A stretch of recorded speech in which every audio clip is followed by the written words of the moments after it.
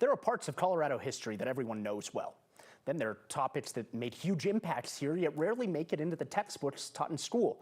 The Chicano Civil Rights Movement of the 1960s and 70s changed Colorado.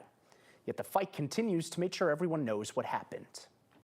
So this is the entrance to the exhibit. Museums tell stories. These are major events that happen in Colorado. Important stories that Lucha Martinez de Luna wishes were also told outside History Colorado. This is actually history that is very, very rare to learn about in school still. Lucha helped curate the exhibit on the Chicano Civil Rights Movement.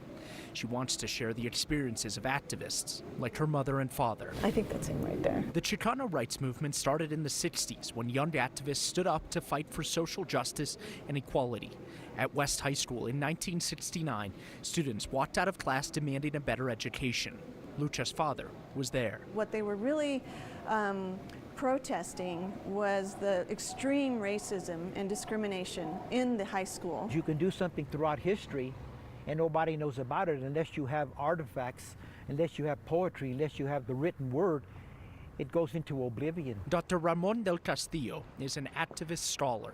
He lived the history. He later taught at MSU Denver. I saw for myself that they had not been given this part of the history. We met him at Cesar Chavez Park in Denver. I met Cesar Chavez in about 1972 or 73. Where the history of the man who fought for farm workers' rights is on display.